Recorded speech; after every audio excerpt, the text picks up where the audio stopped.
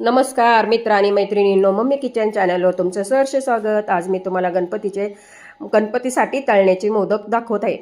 आणि गव्हाचं पीठ 1 वाटी, मैदा आणि 2 चमचे रवा, 2 चमचे डाळीचं पीठ टाकलं आहे आणि मीठ टाकून छान मस्तपैकी आता कडकडीत तेलाचं मोहन टाकत आहे त्याच्यामध्ये।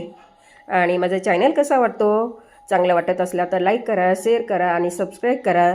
आता मी त्याला तेलाचं मोहन टाकल्यामुळे त्यानं चांगलं चुरून घेते, मस्त मऊ करून घेते आणि मग मी पीठ मळून घेते। आता मी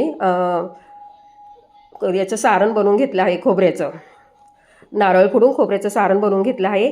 आणि सारणामध्ये मी हे टाकलं आहे, गूळ, विलायची पावडर आणि जायफळची पावडर टाकली आहे आणि छान बनवून घेतले। आता मी मोदक तयार करून घेते आणि मोदकासाठी मी अशी पारी बनवून घेतली आहे। चपाती पहिली लाटली छोटीशी आणि मग मी पारी बनवून घेत आहे आणि त्याच्यामध्ये मी सारण भरलं आहे आणि गोल असं मस्तपैकी त्याला पुरणाचा उंडा करतो तसं गोल फिरून